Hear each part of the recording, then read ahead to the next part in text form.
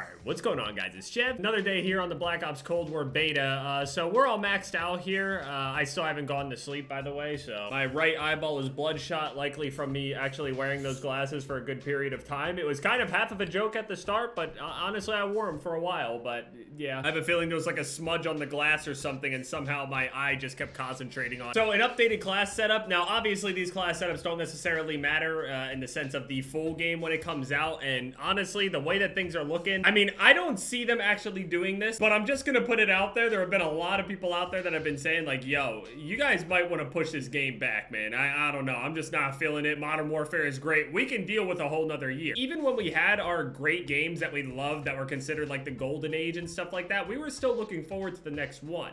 So it's kind of weird to hear it this way, but some people are saying like, yo, man, just shelf this thing at the moment and then just, you know, just bring out Modern Warfare 2 Remastered multiplayer, release it around the holiday or whatever, return everybody's pre-orders, or just say, hey, it's delayed and whatever. Warzone can kind of continue on with the whole Cold War thing, but that's my exact thing. If they're going to delay it for at least multiple months, I feel like they invested already way too much into Warzone, although, I mean, they didn't put the map out yet. It could come out with something else, given they haven't really done that many map changes to begin with on Warzone anyway, so I don't know, they're obviously just gonna release this as is and whatever, and we'll just deal with it the same way we always have. So this is the class setup here. I've been running the wildcard Lawbreaker since they let us up to 25. They allowed us to get a hold of this. And what that allows me to do is to use two of these yellow perks over here. So perk 2, I don't really care about any of these. Trackers, not so bad or whatever. And so the perks that we obviously need here would be Tactical Mask and Flak Jacket. But obviously, since we can't get Flak Jacket, I'm going with Tactical Mask. And over in perk 3, I'm using Gung Ho and Ghost. The fact that I have Lawbreaker on it allows me to have two primaries. So that's why I'm running Gung Ho as well. So I can swap between the two of them easier. So, and a Pelington as my primary. I showed you guys a class setup yesterday before I actually ended up maxing out this thing's level, and now I have it maxed out, and I'm actually liking it a bit more. And my secondary is a 74U. I can't guarantee that the 74U is still the best, but I swear this thing does a lot of damage when you still land shots on people. But I've been rocking the 74U at the moment. I don't have all the attachments that I want, but I'm running the muzzle brake, first forward grip, first fast mag, first quick draw, and first stop. Now, my Pelington is a bit different from what I showed you guys. I'm still running this Overlord barrel here for the 15% fire rate. Running the 7-round magazine like always. Now I'm running the Warden Tight Grip, which gives me 8% aiming speed, which is only a 2% difference. Mathematically only equates to about, I think, 8 milliseconds. I use Task Force, it's 360, and if I use Warden, it's 368. My sprint out speed does take a hit, but it's still beneath 300 milliseconds because I have this marathon stock on here, which is massive. But the biggest thing that I changed here, now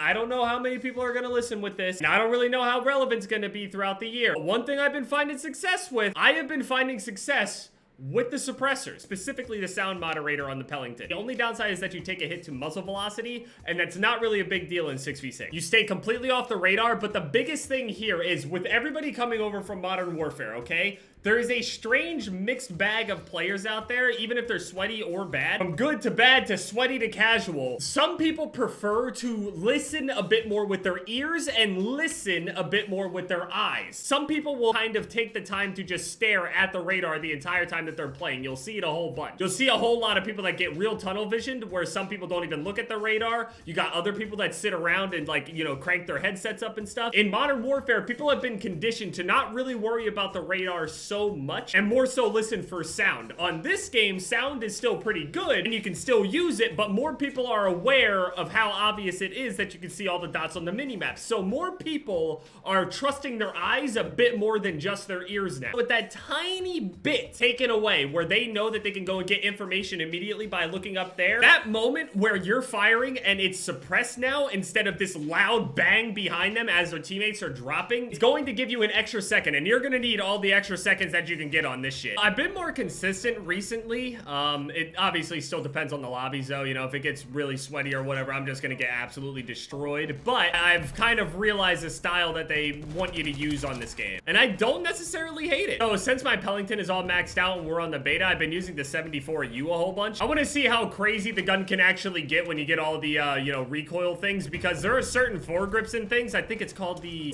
Field Agent Grip. This thing is nuts. Its weapon level level 31, so it takes a while to get to it, but that thing is nuts. It reduces your vertical recoil and your horizontal recoil. And in general, it literally just makes your gun you don't even need to use your brain anymore. Just straight up shut it off. It's great. Zero brain power, brain matter leaking out of your ear. It's great. I know this is gonna sound really stupid, but I realized where the center of my screen is now. I just need to learn to not take this stuff so seriously, man. Then I'd be able to play for long periods of time. And it's crazy too, because I tried my best to be happy with the fact that I was just doing all these stupid challenges for so long that I thought that would somehow make me just be almost invincible. I'm careless. Nothing can hurt me anymore. It really broke me down over time. My strength and willpower just corroded away over time, where I thought it was gonna strengthen me, but it actually just kind of broke me down. I bent, but I didn't break, but goddamn am I bent. So I don't think we're gonna get any more like major updates or anything like that, you know, until next weekend. Next weekend, we're gonna actually end up getting a hold of the LW3 though. The more powerful, more consistent sniper rifle that we're supposed to be getting a hold of. Now, I don't know if there's going to be a third sniper rifle. I mean, who knows? There could be. That's maybe even a little bit stronger than that. But if we're gonna start going to speed and all that stuff at that point though, it's probably just gonna get really bad. Honestly, at this point, there's not even really a point in me hard scoping half of these things. It seems like once people start firing, I'm just dead. It doesn't really matter. I need to just start like straight up just taking the stupidest shots ever. Just have full-blown confidence, just gross.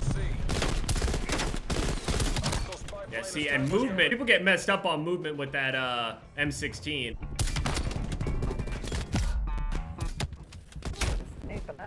I did like 98 damage. Let me look at his HP. What? I also can't wait to see this thing on PC, man, with it actually running full, like, multiple frames, great refresh rates, and put the filters over top of it and everything. It just looks so much better gameplay-wise. I want to obviously see it on, like, the low settings versus ultra settings and everything. Oh, it's gonna look so good. I already know it. Default colors and everything already look great. I just can't wait to actually, like, sharpen the image more and just feel it.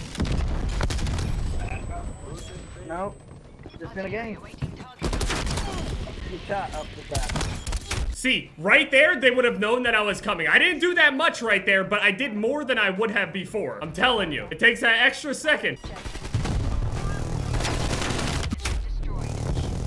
Yeah, you win, man. You won your $8 wager, man. You can go to sleep. Took my lunch money. Shit, sorry, messed with the wrong one. So I read in the blog post, since we're gonna be getting the L96 or LW3 next week, in their blog post, they specified that the sniper rifles always take upper chest shots or whatever. You must be accurate if you want your one-hit kills, what they say. It says that in the upper chest and the head is where you're going to get your one-shot kills with the Pelington, which is, I mean, obviously true and very painfully felt for all of us. But it goes and specifies that the LW3 is actually a bit more powerful. So instead of you having to shoot people in the upper chest and head, you can shoot them in the upper chest, head, and shoulders for a one-shot kill. Now, basically, if I could get my ADS speed down to, I don't know, at least under 400 milliseconds, I think it's absolutely doable and usable. Putting a suppressor on might seem a little rat-like, but I mean, you're gonna need every advantage that you can get trying to do this shit, especially trying to actually play aggressively with it, not just like kind of snipe and be intelligently streaking. I'm talking about just full-blown balls to the walls rushing against people that have 74 U's and MP5s. Doesn't sound smart, but that's what I've been doing for way too long. I made myself make montages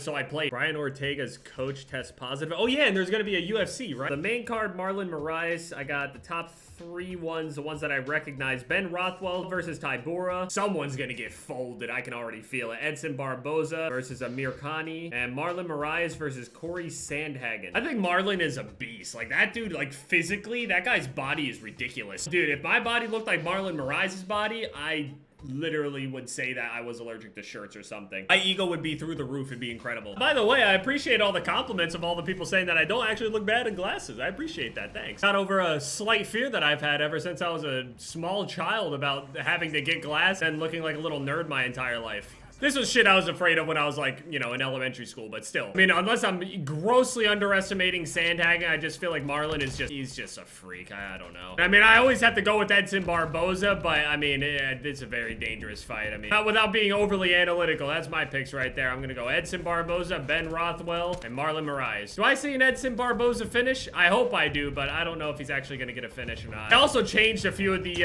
attachments and stuff. I remember the agency suppressor back on the Alpha alpha was stupidly broken. There was like hardly any drawback to you getting a suppressor that increased your damage range, helped your recoil. It was actually really good. It's a bit different now. I think it actually lowers your effective range, but you're suppressed and it helps with the recoil reduction. So I don't know. The one really interesting thing about all the stats on there, it shows actually how much in terms of recoil, like measurement. I don't really know what the measurement actually is, J or whatever. Everyone's just gonna go field agent. Honestly, this thing's probably just gonna get nerfed into the ground before it even comes out. Or if it doesn't get nerfed, this is gonna be the thing that everyone is using. This is gonna be like the new Merc foregrip, except it doesn't do exactly what the Merc foregrip does. It just lasers everybody. I also remember I used to know in my head when I was red gunning a whole bunch whether I would be going full auto or not. And I can't tell if this game is one of those games where I would like tap fire a few shots or if I would just go full auto at like 50 plus meters. Okay, no, this thing is getting absolutely destroyed at distance by SMGs. That MP5 just destroyed the AK at that distance. That was like, what, 20 meters? Yeah, you got me, man. So yeah, I'm doing anything in my poor, pathetic little sniping power to do something with this, but M16 is disgusting too. He's straight up missing his bursts completely. It just kind of touches me and I die.